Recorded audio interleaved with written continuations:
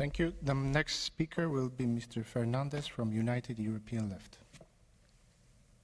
Merci, Monsieur le Président. Merci. L'élection des juges à la Cour européenne des droits de l'homme constitue l'une des responsabilités les plus essentielles confiées à notre Assemblée par la Convention. Il ne s'agit pas d'une procédure technique parmi d'autres.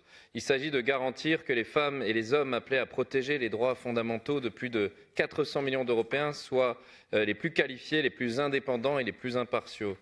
Le rapport qui nous est présenté aujourd'hui s'inscrit dans la continuité d'un travail engagé de longue date. Ces dernières années, des progrès importants ont été réalisés, tant dans les procédures nationales de sélection que dans notre propre pratique d'élection. Mais ces avancées doivent être consolidées et approfondies, c'est le sens de ce rapport. Car les exigences posées par l'article 21 de la Convention ne sont pas de simples critères formels, elles sont le socle de la légitimité de la Cour. C'est pourquoi il est indispensable que l'ensemble du processus soit pleinement équitable, transparent et conforme à ces exigences. Le système actuel repose sur un équilibre clair. Les États proposent 3 candidats avec l'appui du panel consultatif et l'Assemblée élit le plus qualifié.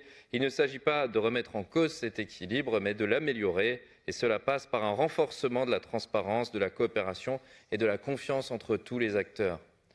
Plusieurs enjeux méritent à cet égard toute notre attention. L'évaluation des procédures nationales, l'interprétation rigoureuse des critères d'éligibilité, les garanties d'indépendance et d'impartialité, y compris la prévention des conflits d'intérêts ou encore les compétences linguistiques et les conditions d'exercice du mandat.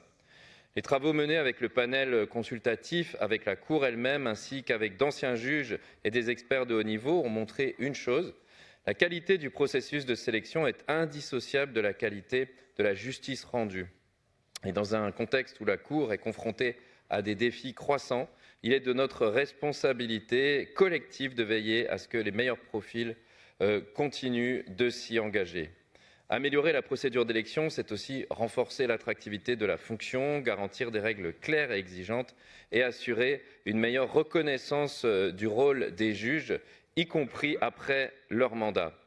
Chers collègues, ce rapport ne propose pas une rupture, mais une évolution nécessaire, une évolution au service d'un objectif simple: préserver l'excellence, l'indépendance et la crédibilité de la Cour européenne des droits de l'homme. Et dans ce sens, notre groupe soutiendra ce rapport. Je vous remercie.